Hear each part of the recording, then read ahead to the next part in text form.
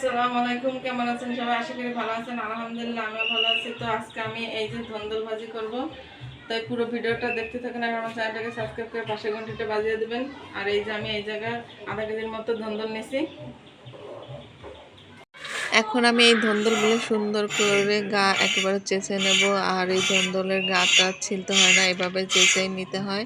তো এই যে আমি একেবারে সুন্দর করে তো গাটা চেঁচে নিছি, নিয়ে এখন আমি ধন্দলগুলো করব কি এরকম দুই ভাগ করে একটা গামলাতে রেখে দেবো। আর সম্পূর্ণ ধন্দলগুলো এই একইভাবে চেঁচে সুন্দর করে ধুয়ে এই যে আমি নিয়ে আসছি পানির ভিতর করে। তো এই যে কোটার পরে ধুলে হবে কি যে এই ধন্দলে এমনিই পানি উঠবে, একটু পানি দেওয়া লাগবে না, তারপর অনেক পানি উঠবে।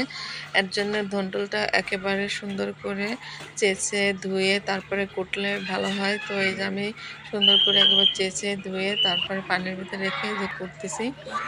তো ধন্দলগুলো অনেক জালি, তো কুটতে যেয়ে ভেঙে ভেঙে যাচ্ছে। তো এই যে আমার পুরো ধন্ডলটা কোটা হয়ে গেছে। আর এই যে এখন আমি কড়াইতে তেল দিয়ে আর ভিতরে ঝাল আর পেঁয়াজ দিয়ে দিচ্ছি। ধন্দল অনেকে তরকারি রান্না করেও খায়, আমি তরকারিটা খাই না, আমি খেলে ভাজিটাই খাই। তো এই যে ধন্দল ভাজি করার জন্য এই জায়গায় আমি ঝাল পেঁয়াজগুলোকে বাদামি কালার পর্যন্ত করে ভেজে নেব। তো এর ভিতরে আমি দিয়ে দিলাম অল্প কিছু আস্ত জিরে। তো দিয়ে এখন আমি ঝাল পেঁয়াজটা সুন্দর করে আর একটু ভেজে নেব। তো এই ঝাল পেঁয়াজটা ভাজা হয়ে গেছে, এখন আমি এর ভিতরে ধন্দলগুলো দিয়ে দিচ্ছি। দিয়ে দিচ্ছি পরিমাণ মতো লবণ, দিয়ে দিচ্ছি পরিমাণ মতো হলুদের গুঁড়া, দিয়ে এখন আমি নাড়াচাড়া দেবো। আর এর ভিতরে একটু পানি দেওয়া যাবে না, কারণ ধন্দল থেকে এমনি অনেক পানি উঠবে।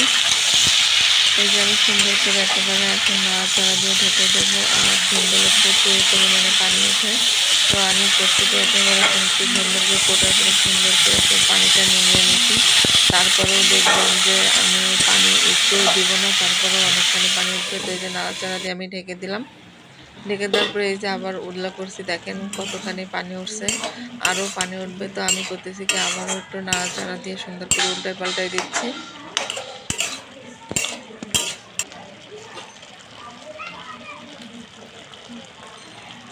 এই যে নাড়াচাড়া দিয়ে ঢেকে দিলাম। ঢেকে দেওয়ার পরে এই যে একেবারে আমার ভাজিটা হয়ে গেছে।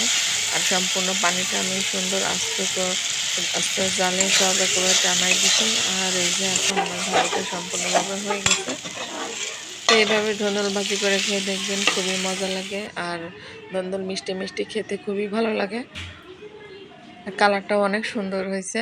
তো এই যে রান্না বাড়া শেষে আমার ছেলেকে খেতে দিয়েছি, সে খাচ্ছে। তো আজকের মতো ভিডিওটা এই পর্যন্তই। সবাই ভালো থাকবেন, সুস্থ থাকবেন। আল্লাহ হাফেজ।